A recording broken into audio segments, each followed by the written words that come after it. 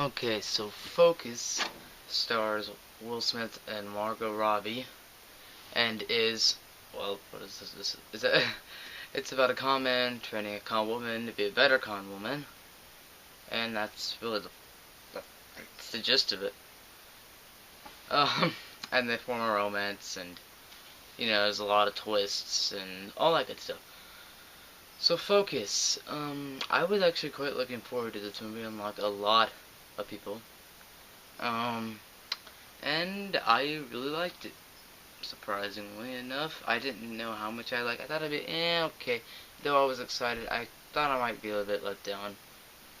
Not really, not really. I mean, it wasn't. It isn't like the next. Let's think. I would say Ocean's 11 if I had seen that movie. I haven't seen Ocean's 11. Let's, we'll just say a random movie. It's not the next Breakfast Club or something. Wow, two completely different movies, but still. My point is, it's not an amazing movie or anything. Good movie though. Probably not my second favorite of the year, behind Kingsman. I mean, that's not really saying much. I've seen like 23 movies this year, so far. Yeah, Blockbuster review is coming soon next week with Chappie, but we're not talking about Chappie right now. So yeah, Focus has really good performances. Will Smith and Margot Robbie have great chemistry. Yeah, and it's very well lit and very well shot. I usually don't like to critique cinematography and lighting too much because if it's good, it's good. If it's bad, I need to adjust that. I only address it if it's really good or really bad, usually, unless I can't find anything else to talk about, because I don't take notes at all.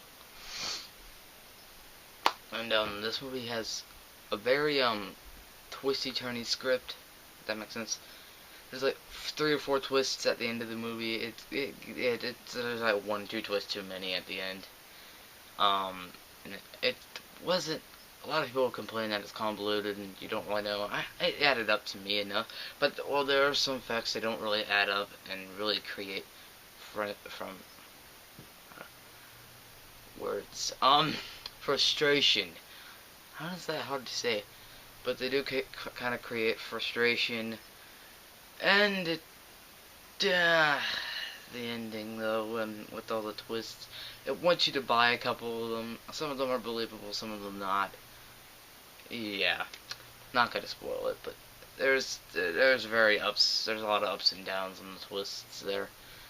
And yeah, but and the first half of this movie is awesome, or for the most part. I mean, awesome, great, and there's some really intense scenes for conning, for a movie about conning people, which doesn't always go so well. I'm not a huge fan of con artist movies and hustle movies. I did enjoy American Hustle after I watched it a couple times.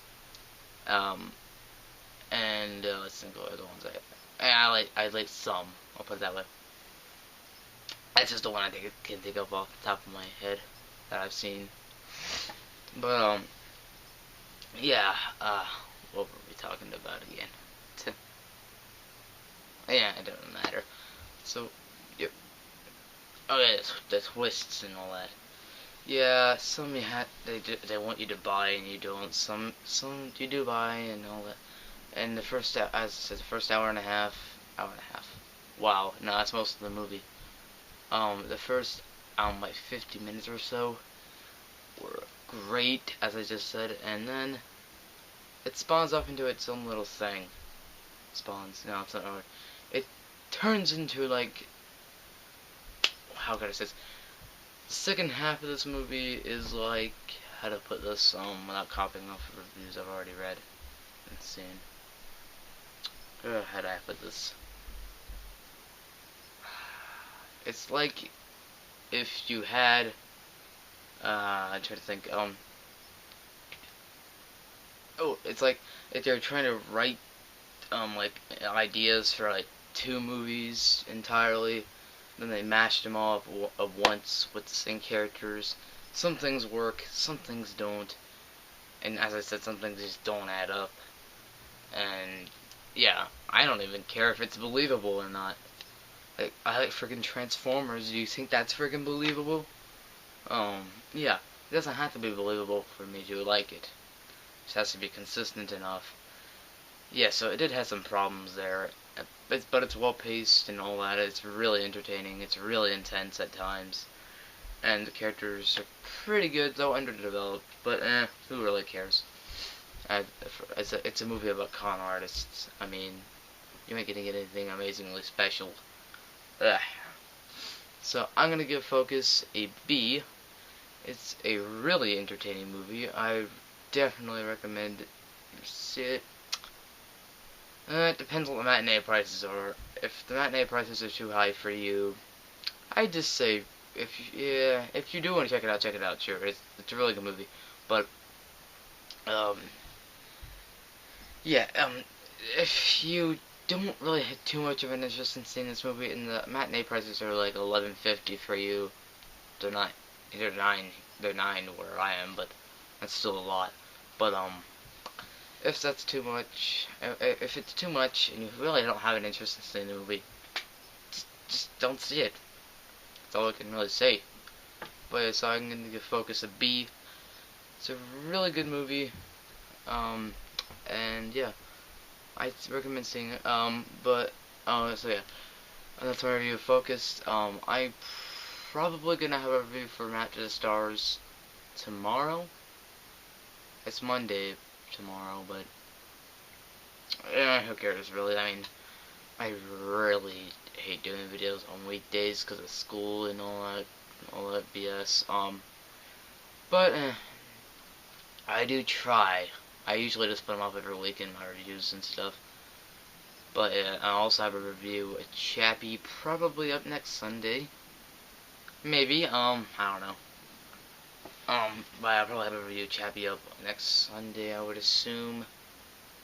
And next week's Cinderella and Run All Night. I don't know. I have like $50 in gift cards right now for the movies, and I just spent 9 of that on, well, this movie.